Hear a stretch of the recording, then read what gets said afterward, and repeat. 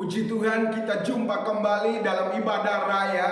Saya berdoa supaya setiap jemaat Tuhan dalam menyingkapi segala keadaan, situasi, masalah-masalah yang terjadi tiap-tiap hari. Kita ketahui bahwa masalah datang silih berganti. Lebih khusus apa yang terjadi di daerah kita, di kota kita, kota Jakarta, bahkan juga di kota terdekat kita, kota Bekasi, bahkan seluruh Indonesia dalam menghadapi COVID-19. Sebagai anak-anak Tuhan, kita harus hadapi ini, menyingkapi ini dengan cara-cara yang Tuhan sudah ajarkan kepada kita. Karena itu saudaraku, di minggu pagi hari ini saya mengajak Bapak Ibu fokus dan melihat kepada kebenaran firman Tuhan yang terus mengajarkan kita dalam menghadapi apapun itu yang terjadi dari hari ke hari. Terima kasih Tuhan, kita akan berdoa bersama-sama supaya kita makin kuat, makin mengerti kehendak Tuhan di hari-hari ini. Bapa di sorga, di dalam nama Tuhan Yesus Kristus, bahwa kami mengerti kehendak-Mu. Biarlah Tuhan situasi keadaan di kota kami, di bangsa kami, di keluarga kami, di hidup kami tidak menentu. Tapi satu hal kami percaya, Tuhan turut bekerja dalam segala sesuatu mendatangkan kebaikan. Mampukan kami melihat kebaikan Tuhan di balik penderitaan, di balik persoalan, di balik pergumulan yang terjadi dalam diri kami, di dalam keluarga kami, di dalam pelayanan kami, di dalam kota kami, dan di dalam bangsa kami dan bangsa-bangsa. Karena kami tahu semua terjadi dalam kontrol dan rencana-Mu. Rancangan-Mu, rancangan damai sejahtera dan penuh dengan masa depan yang bahagia. Karena itu Tuhan, kami tundukkan segala pikiran, perasaan, penglihatan kami, pendengaran kami kepada apa kata roh atau kepada apa yang firman Tuhan katakan. Mampukan kami Tuhan, tolong kami Tuhan, sadarkan kami ya Roh Kudus, supaya kami mampu melihat kebenaran. Kami dimampukan menerima pewahyuan yang baru di tengah situasi dan kondisi yang sulit ini. Di dalam nama Tuhan Yesus Kristus firman yang hidup itu kami berdoa, dan kami siap menerima berkat firman-Mu. Haleluya, amin. Bapak Ibu jemaat Tuhan dan para pendengar di mana Anda berada, hari-hari ini situasi keadaan sangat menakutkan. Tadi saya sebelum berangkat ke gereja, saya menonton, ternyata di Bekasi makin hari makin bertambah pasien COVID. Bahkan kita berdoa buat wakil gubernur dan gubernur DKI yang juga mempersiapkan lagi satu rusun ya di Pasar Rumput untuk persediaan bagi mereka yang kena COVID. Saya berdoa supaya setiap kita juga menjaga kesehatan kita.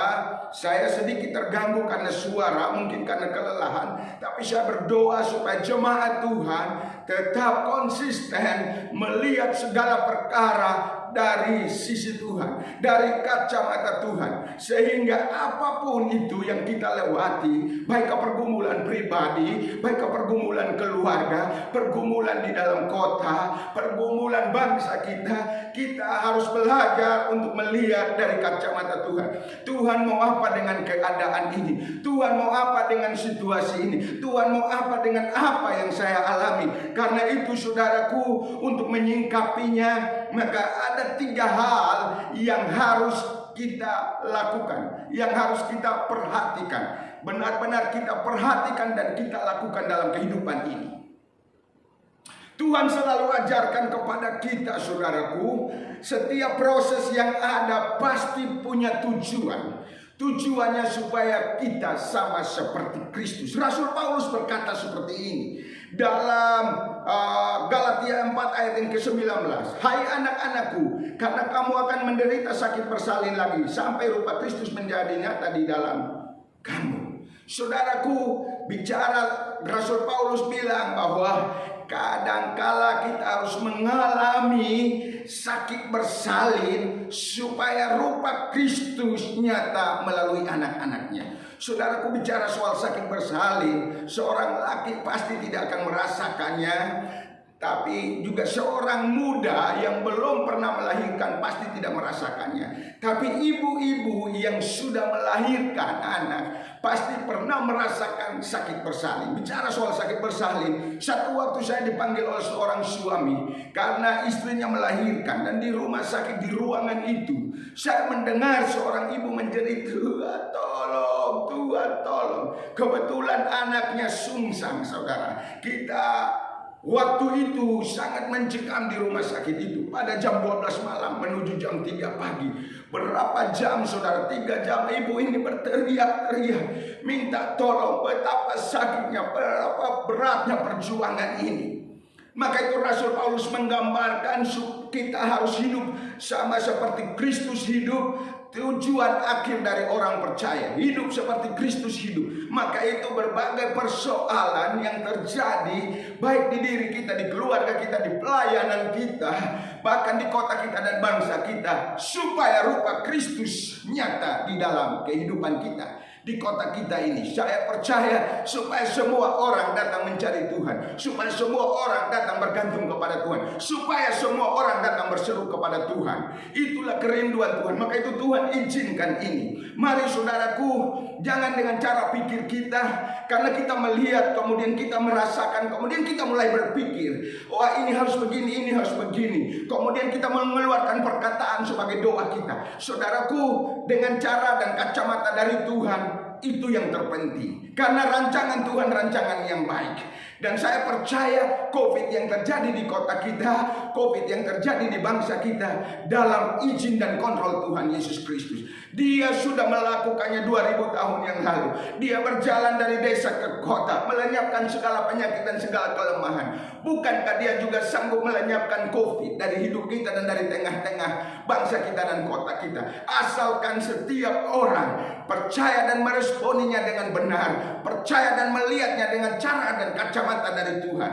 Tentu harus berdasarkan kebenaran firman Tuhan. Saudaraku, tadi dikatakan supaya rupa Kristus nyata bagi kamu. Tujuan hidup orang percaya adalah hidup seperti Kristus hidup. Setiap orang Kristen adalah murid Yesus yang wajib hidup sebagaimana Kristus hidup. Hidup kita harus mencerminkan Kristus sebagaimana tertulis. Barang siapa mengatakan bahwa ia ada di dalam dia, ia wajib hidup sama seperti Kristus telah hidup. Saudaraku, hidup seperti Kristus hidup tidaklah mudah.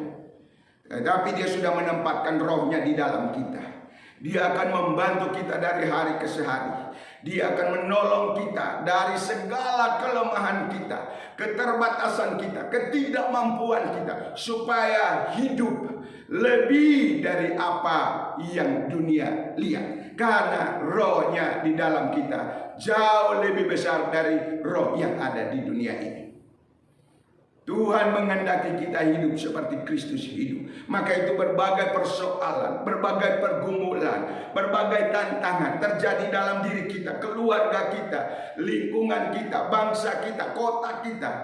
Tujuannya adalah membawa umatnya, membawa orang-orang yang dia kasihi lebih dekat kepadanya dan mengenal dia, bahkan hidup seperti dirinya sendiri, yaitu Tuhan Yesus Kristus. Untuk menyingkapi hal-hal ini yang terjadi hari-hari ini, baik COVID-19 atau pergumulan apa saja yang kita hadapi, maka yang pertama Alkitab mengajak kita untuk hadapi dengan tenang. Pertama, dalam menghadapi hidup ini, situasi, kondisi, keadaan yang kita hadapi, Alkitab meminta kepada kita supaya tenang. Mengapa kita harus tenang, saudaraku? Karena tenang kita bisa mendengarkan suara Roh Kudus.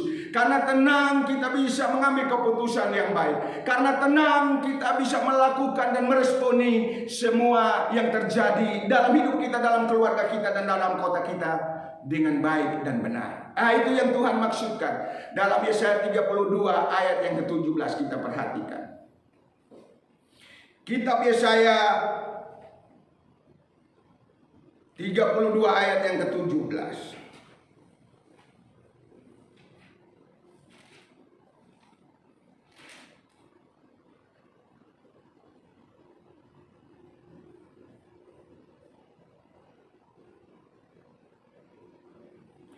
Di mana ada kebenaran, di situ akan tumbuh damai sejahtera, dan akibat kebenaran ialah ketenangan dan ketentraman untuk selama-lamanya. Bapak Ibu yang dikasihi oleh Tuhan Yesus Kristus, selalu saya perhatikan baik anak-anak Tuhan yang sudah dekat dengan Tuhan, bahkan baru mulai bertumbuh dalam meresponi setiap persoalan masalah, selalu tidak tenang. Kenapa? Yang selalu dilakukan adalah bagaimana mencari jalan keluar tanpa meminta kekuatan dari Tuhan, tanpa meminta tuntunan Tuhan, selalu dengan pikiran dan perasaan dan kehendaknya untuk mencari jalan keluar. Saudaraku, sikap begini adalah sikap yang salah. Sikap yang benar adalah kita tenang dulu. Kita tenang. Bagaimana supaya kita tenang? Alkitab catat. Alkitab catat bahwa hanya dekat Allah saja aku tenang. Bukankah ada pujian? Hanya dekat Allah saja aku tenang, daripada nyala keselamatanku. Hanya Dia gunung batuku, hanya Dia kota bentengku. Aku tidak akan goyah selama-lamanya. Saudaraku, kenapa banyak orang tidak tenang? Karena kurang suplainya kebenaran. Karena kurang ada kebenaran di dalam dirinya. Karena tidak ada kebenaran di dalam dirinya. Karena kalau dia ada kebenaran di dalam dirinya, tadi Yesaya 32:17 katakan, di mana ada kebenaran, di situ akan tumbuh damai sejahtera. Jadi orang tidak damai, orang tidak tenang karena tidak ada kebenaran. Jadi untuk tenang hanya dekat Allah saja, hanya dekat Tuhan Yesus saja, kita pasti tenang. Karena di dalam Yesus ada firman, di dalam Yesus ada kekuatan, di dalam Yesus ada kemampuan, di dalam Yesus ada hikmat, di dalam Yesus ada pemulihan, di dalam Yesus ada kesembuhan, di dalam Yesus ada damai sejahtera. Dan akibat daripada damai sejahtera, Alkitab catat bahwa ada ketenangan dan ketentraman selama-lamanya. Saudaraku, ini tidak bisa dibeli dengan uang. Ini tidak bisa diraih dengan kekuatan kita. Selain Bapak, Ibu, dan saya dekat dengan Tuhan dan cintai kebenarannya, datang padanya, buka hati dan mendengar, menerima kebenarannya, maka kebenarannya akan memberi kita damai sejahtera. Kebenarannya akan memberi kita ketenangan dan ketentraman untuk selama-lamanya. Jadi poin yang pertama, dalam menghadapi situasi, kondisi, keadaan apapun itu yang mencekam, yang mungkin membuat harga diri kita secara manusia tidak punya harga diri lagi, yang terlalu rendah, ditolak, difitnah, masalah yang bertubi-tubi. Saya ingin berkata kepada kita, Alkitab dengan tegas katakan, hendaklah kita tenang. Amin. Kalau Bapak Ibu saya tenang, pasti mengambil keputusannya juga tepat. Kalau kita tenang, kita juga dimampukan untuk mendengarkan apa yang Roh Kudus mau di balik setiap pergumulan, penderitaan yang kita alami. Yesaya 30 ayat yang ke-15 kita lihat.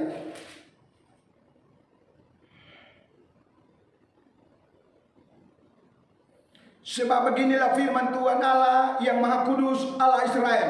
Dengan bertobat dan tinggal diam, kamu akan diselamatkan.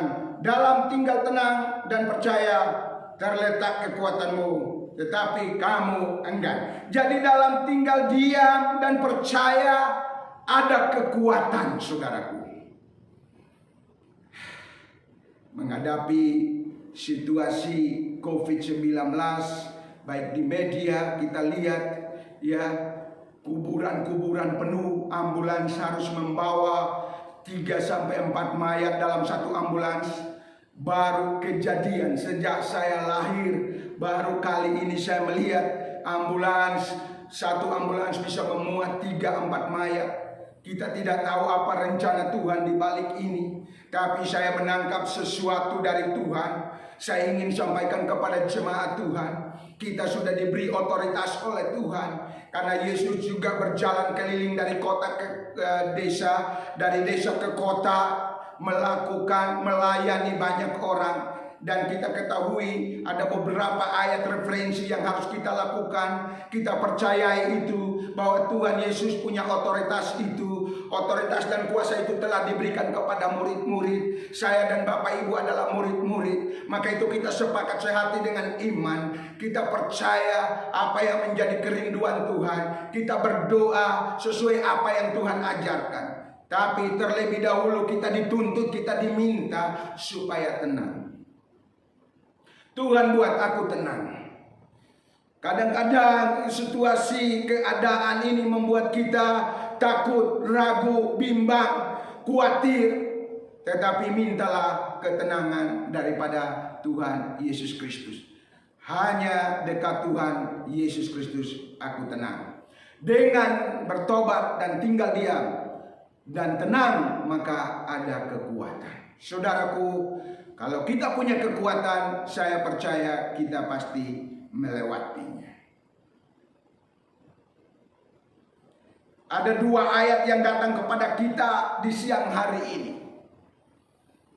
Bapak Ibu, dalam menghadapi situasi khususnya COVID, dalam Matius 9 ayat 35, demikian firman Tuhan. Demikianlah Yesus berkeliling semua kota dan desa. Ia mengajar dalam rumah-rumah ibadat dan memberitakan Injil kerajaan sorga, serta melenyapkan segala penyakit dan kelemahan. Bapak Ibu, segala penyakit dan kelemahan.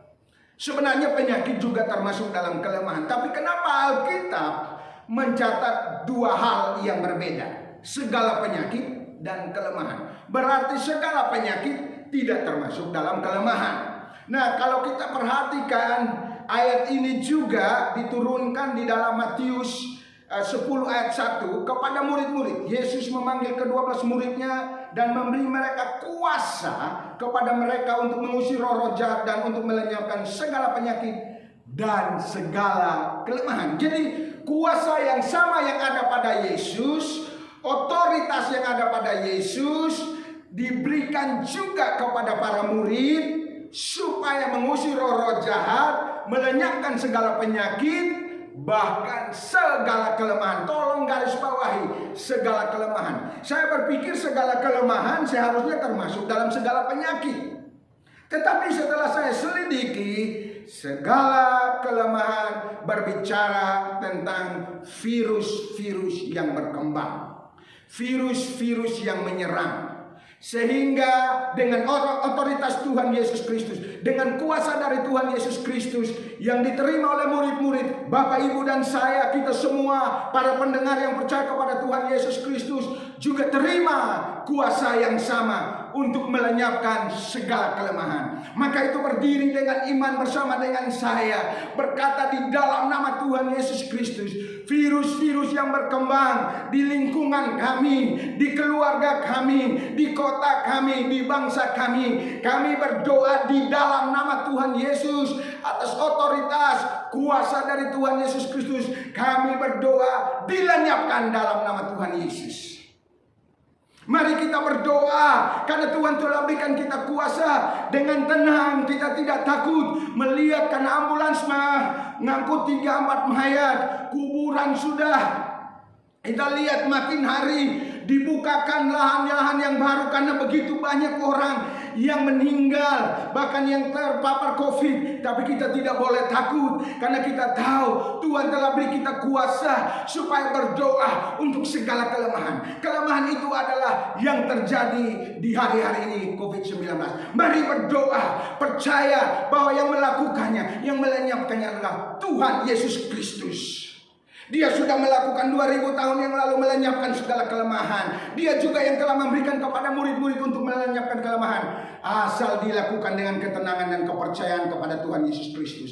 Saya percaya dia sanggup menghentikan di dalam nama Tuhan Yesus Kristus virus yang berkembang yang bernama COVID-19 dengan segala variannya. Dimatikan kuasanya dan dilenyapkan keluar dari kota kami, keluar dari bangsa kami, keluar dari lingkungan kami, keluar dari lingkungan kami, keluar dari keluarga kami, dan keluarga kami yang kena di dalam nama Tuhan Yesus. Virus ini dimatikan dalam nama Yesus. Atas dasar firman Tuhan yang telah kami dengar, yang dilakukan oleh Tuhan Yesus Kristus, kuasa yang sama diberikan kepada murid-murid. Murid-murid pun melakukan yang sama. Karena itu, sekali lagi dengan iman di dalam nama Tuhan Yesus, api Roh Kudus membakar setiap virus yang berkembang seperti janjimu melenyapkan segala kelemahan. Kelemahan bicara tentang virus-virus yang berkembang. Karena itu COVID-19 tunduk mati di dalam nama Tuhan Yesus Kristus. Keluar dari kota kami, keluar dari bangsa kami. Kami percaya Tuhan pasti melakukannya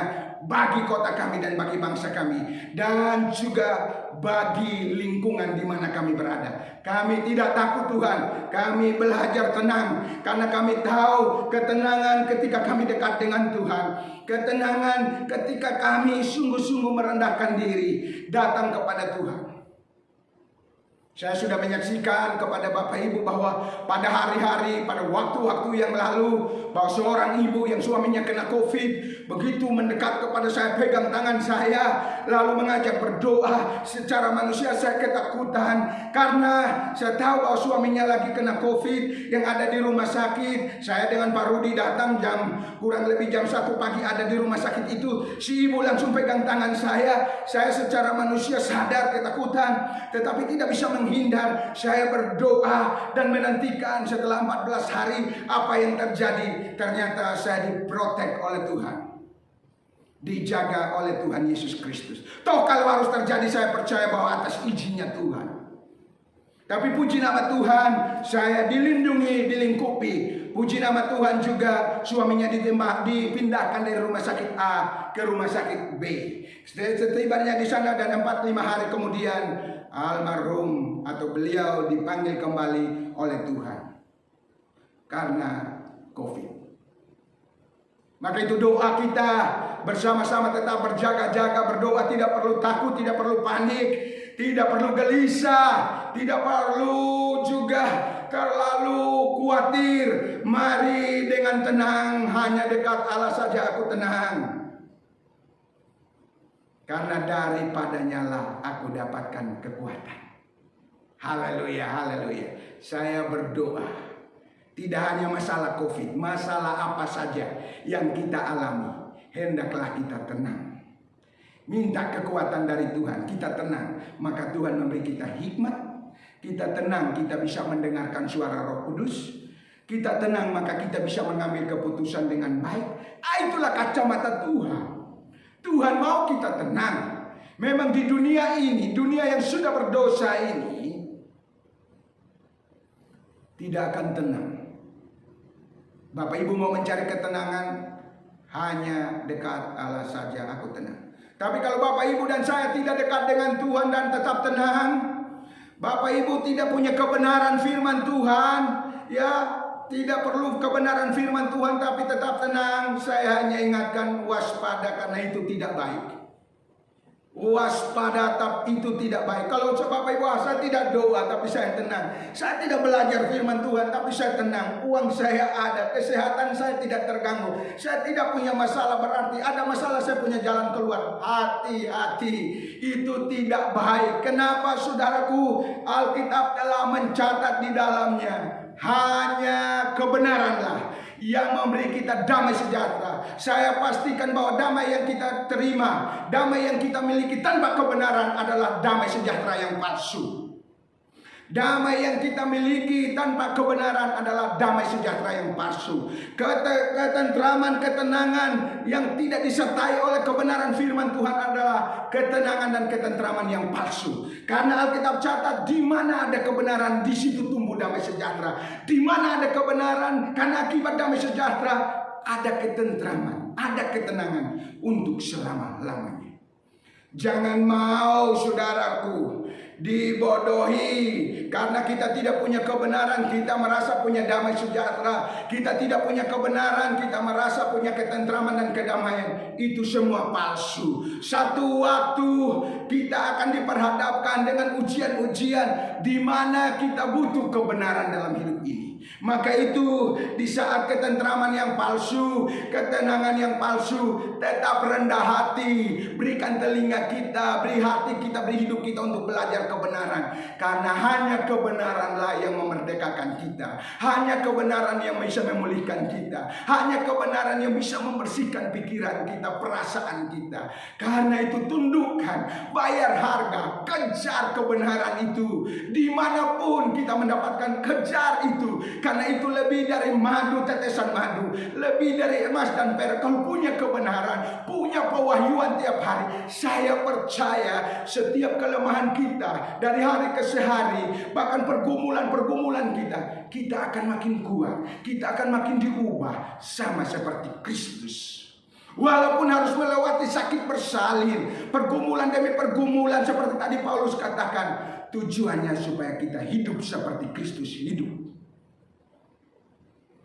Jadi yang pertama, dalam menghadapi situasi dan krisis keadaan yang terjadi di kota kita, bangsa kita, dan kota-kota terdekat kita, kita hadapi dengan ketenangan. Jangan panik, jangan takut, tapi hanya dekat Allah saja kita tenang. Karena daripadanya lah kekuatan. Dan terima kebenaran, belajar kebenaran, supaya tumbuh damai sejahtera. Akibat damai sejahtera ada ketenangan dan ketentraman untuk selamanya. Yang kedua, setelah kita tenang Bapak Ibu, baru kita fokus untuk berdoa. Kalau kita tenang, maka doa kita akan terarah. Kalau kita tenang, baru doa kita benar-benar khusyuk dengan Tuhan. Kalau kita tidak tenang saudaraku, bahkan doa-doa kita kadang melenceng. Saya pernah melihat seorang yang marah benar kepada saudaranya. Dia di depan saya berdoa, Tuhan bunuh orang itu, bunuh dia Tuhan, bunuh Tuhan. Saudaraku, doa yang salah. Karena Tuhan mau yang menyakiti kita, kita mengampuni dia. Yang menyakiti kita, kita mengampuni dia.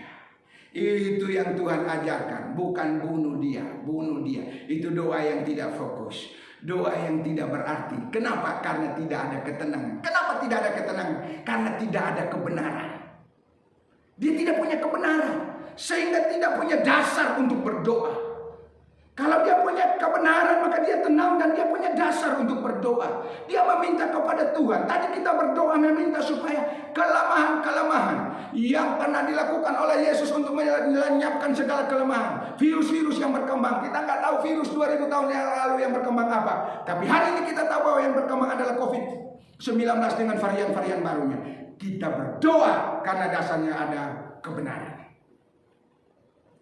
Dalam kitab Roma, Paulus berkata bahwa roh di dalam kita yang membantu kita dalam segala kelemahan kita berdoa ya apa ya Bapa. Kita tidak mampu dan tidak bisa berdoa. Kita terhubung, karena kita tenang, kita terhubung dengan Roh Kudus. Kita bisa berkata-kata dengan tentang apa yang menjadi keluhan-keluhan kita. Roh Kudus akan bawa itu kepada Bapa di surga untuk menyempurnakan segala doa kita. Saudaraku, kenapa doa kita tidak terjawab? Bisa saja karena kita tidak tenang, sehingga doa-doa kita tidak terarah. Doa-doa kita bertolak belakang dengan apa yang diinginkan oleh Tuhan. Baiklah kita berdoa supaya COVID-19 ini segera berakhir dengan variannya. Karena Yesus memberi kita kuasa, kita deklarasikan. Kalau bisa, saya mengajak jemaat, para pendengar, deklarasikan tiap hari dengan iman dan dasar firman yang sudah saya sebutkan. Dalam Matius 9 ayat 35, Yesus berkeliling setiap kota dan desa untuk mengajar dalam rumah ibadat dan memberitakan Injil Kerajaan Sorga serta melenyapkan segala penyakit dan kelemahan. Begitupun juga murid-murid diberikan kuasa yang sama untuk melenyapkan segala kelemahan. Berdoa dengan tidak jemu-jemu. Memang hari-hari ini adalah hari-hari yang jahat, tapi saya percaya doa orang yang benar besar kuasanya ketika dia yakin. Berdoa dengan yakin, maka doa orang benar besar kuasanya. Saya mengajak kita tidak berhenti berdoa. Selain berhenti berdoa, selain kita berdoa, yang ketiga adalah lakukan bagian kita. Lakukan firman Tuhan, di mana kita juga menjaga kesehatan kita, di mana juga kita terus harus menjaga jarak, di mana juga kita harus lakukan apa yang Tuhan mau. Mungkin kesempatan ini kita mau menuai jiwa-jiwa. Mungkin kesempatan ini kita akan menjadi saluran berkat, memberi kekuatan kepada mereka yang sementara terkena. Setiap hari, bahkan tadi sebelum saya naik khotbah, ada seorang keluarga muda yang belum dikaruniai keturunan. Dia bilang, "Pak Pendeta, saya sudah lelah. Saya tiap hari selalu berbuat dosa. Dan dosa ini terus menuding saya. Dosa ini terus menuduh saya." Saya bilang, semua orang telah berbuat dosa dan kehilangan kemuliaan Allah. Tapi datanglah kepada Yesus, bawa segala kelemahanmu, maka Yesus pasti membebaskanmu. Yesus pasti melepaskanmu. Itu adalah bentuk dari ikatan. Sehingga saya mau berdoa bagimu, ketika kalau engkau terbuka dengan Tuhan, ketika engkau mau datang sungguh-sungguh, mau menyerahkan segala kelemahan. Saya juga menyampaikan bahwa saya punya kelemahan, tapi saya juga mau berdoa kepada Tuhan untuk menyerahkan segala kelemahan. Firman Tuhan berkata dalam Matius 11:28, "Mari kepadaku semua yang letih lesu dan berbeban berat, aku yang memberi kelegaan kepadamu." Tidak ada yang lain, tidak ada strategi yang lain selain datang kepada Tuhan Yesus Kristus. Cintai firman-Nya, maka firman-Nya memberi kita damai sejahtera. Cintai firman-Nya, maka firman-Nya melepaskan kita. Lakukan firman-Nya, maka pasti ada kemenangan. Saudaraku, firman tidak hanya dipahami dan dimengerti. Apa bedanya dengan si jahat yang juga mengerti dan memahami firman? Begitu pandainya menghafal firman, tetapi tidak melakukannya. Itu yang membedakan antara anak-anak Tuhan dengan si jahat. Si jahat tahu kebenaran firman Tuhan. Kita lihat di Taman Eden, dia bisa berdialog dengan Hawa, dia bisa memakai untuk menipu segala sesuatu. Tetapi anak-anak Tuhan tidak hanya mengerti, tidak hanya dapat pewahyuan, tapi mereka juga dimampukan untuk melakukan kebenaran firman Tuhan yang mereka dapatkan. Hari-hari ini kasih kita jangan menjadi dingin, iman kita tidak boleh menjadi lemah. Setiap Selasa kita mulai belajar diingatkan tentang betapa pentingnya iman. Iman yang mendapatkan keselamatan, iman yang mendapatkan jawaban-jawaban doa, iman yang bisa menjadi perisai untuk menghalang panah-panah api sejahat. Kita percaya, kita lagi belajar setiap hari Selasa. Maka itu saya mengajak jemaat utusan Kristus yang menonton video ini segera bergabung untuk belajar. Selain Jumat juga kita berdoa, berdoa dengan kuasa, datang menyembah dan membawa doa-doa kita. Ini yang bisa kita lakukan, lakukan kebenaran firman Tuhan. Maka saya percaya ada tudung yang melindungi kita. Tuhan berjanji dia menyertai orang-orang yang mengasihinya. Dia tetap melindungi mereka. Dia tetap menaungi mereka. Toh kalau harus terjadi sesuatu yang tidak mengenakan, berarti seperti tulisan Paulus, penderitaan. Penderitaan sama seperti orang yang mau bersalin. Tetapi di balik itu, di balik penderitaan itu, supaya rupa Kristus, karakter Kristus, pikiran Kristus, perasaan Kristus. Perasaan dan pikiran Kristus hanya adalah kasih dan pengampunan. Dua hal ini harus kita miliki, kasih dan pengampunan. Kasih kepada Tuhan, kasih kepada sesama. Pengampunan kepada orang yang menyakiti kita. Siapapun dia, kita hendak berdoa dan lakukan firman. 3 poin ini mengantarkan kita, menguatkan kita. Selain tenang, dapat berdoa dan lakukan firman. Maka saya percaya pertolongan akan datang tepat pada waktunya. Saya percaya di dalam nama Yesus ada jalan keluar. Saya percaya di dalam nama Tuhan Yesus virus segera dilenyapkan karena firman-Nya. Karena doa-doa yang dipanjatkan oleh orang-orang kudus sudah sampai kepada Bapa di sorga. Bapa di sorga akan bertindak untuk menolong kita. Jangan takut, jangan bimbang, jangan gelisah. Apa yang kita lihat, hendaklah kita tenang, kita berdoa, dan kita lakukan firman Tuhan. Mari kita berdoa. Bapa di surga, di dalam nama Tuhan Yesus Kristus, Engkau dapatkan kami yang takut, khawatir, dan bimbang oleh karena persoalan pergumulan, atau oleh karena COVID-19 dengan varian-varian yang baru. Oh, kami berdiri atas otoritas Tuhan Yesus. Sesuai Matius 10 ayat 1, Yesus memanggil ke-12 muridnya dan memberi mereka kuasa kepada mereka untuk mengusir roh-roh jahat dan untuk melenyapkan segala penyakit dan segala kelemahan. Kami tahu segala kelemahan berbicara tentang segala virus yang berkembang. Kami berdoa di dalam nama Yesus, virus yang berkembang di kota kami, di lingkungan kami, di keluarga kami, di pribadi kami. Kami doa dalam nama Yesus, dimatikan kuasanya, dimatikan kuasanya, dan dilenyapkan keluar dari diri kami, keluar dari keluarga kami, keluar dan lenyap dari lingkungan kami, dari kota kami, dan dari bangsa kami. Kami berdoa bersama-sama dengan orang-orang kudus dimanapun berada. Kami berdiri atas kebenaran firman Tuhan. Kami rindu kebenaran-Mu terjadi di dalam pribadi kami, di keluarga kami, di lingkungan kami, di kota kami. Ada kebenaran firman Tuhan, karena kebenaranlah yang memberi damai sejahtera. Kebenaranlah yang memberi ketentraman dan ketenangan untuk selama-lamanya. Dan kami tahu kebenaran itu adalah Tuhan Yesus Kristus sendiri. Jadilah kehendak-Mu Tuhan, dan kami percaya virus ini segera lenyap dari kota dan bangsa kami. Tidak ada lagi varian yang baru, karena Tuhan memprotek,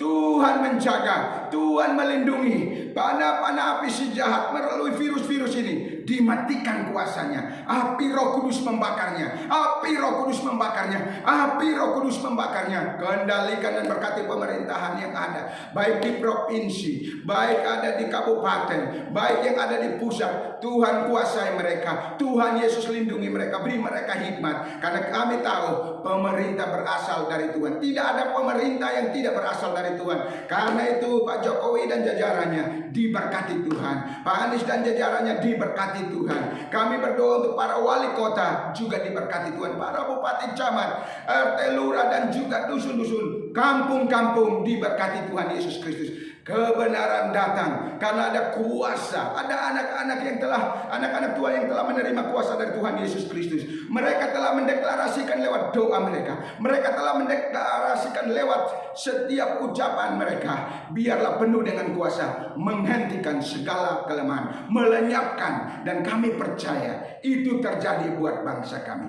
Mulai saat ini Tuhan, bukan makin naik, tapi makin menurun keadaannya. Yang terjangkit juga makin menurun Tuhan. Kami doa untuk vaksin yang sementara dilakukan, biarlah Tuhan juga menolong di dalam nama Tuhan Yesus Kristus. Terpujilah nama-Mu, kami mengucap syukur dan berdoa kepadamu. Haleluya, haleluya, amin.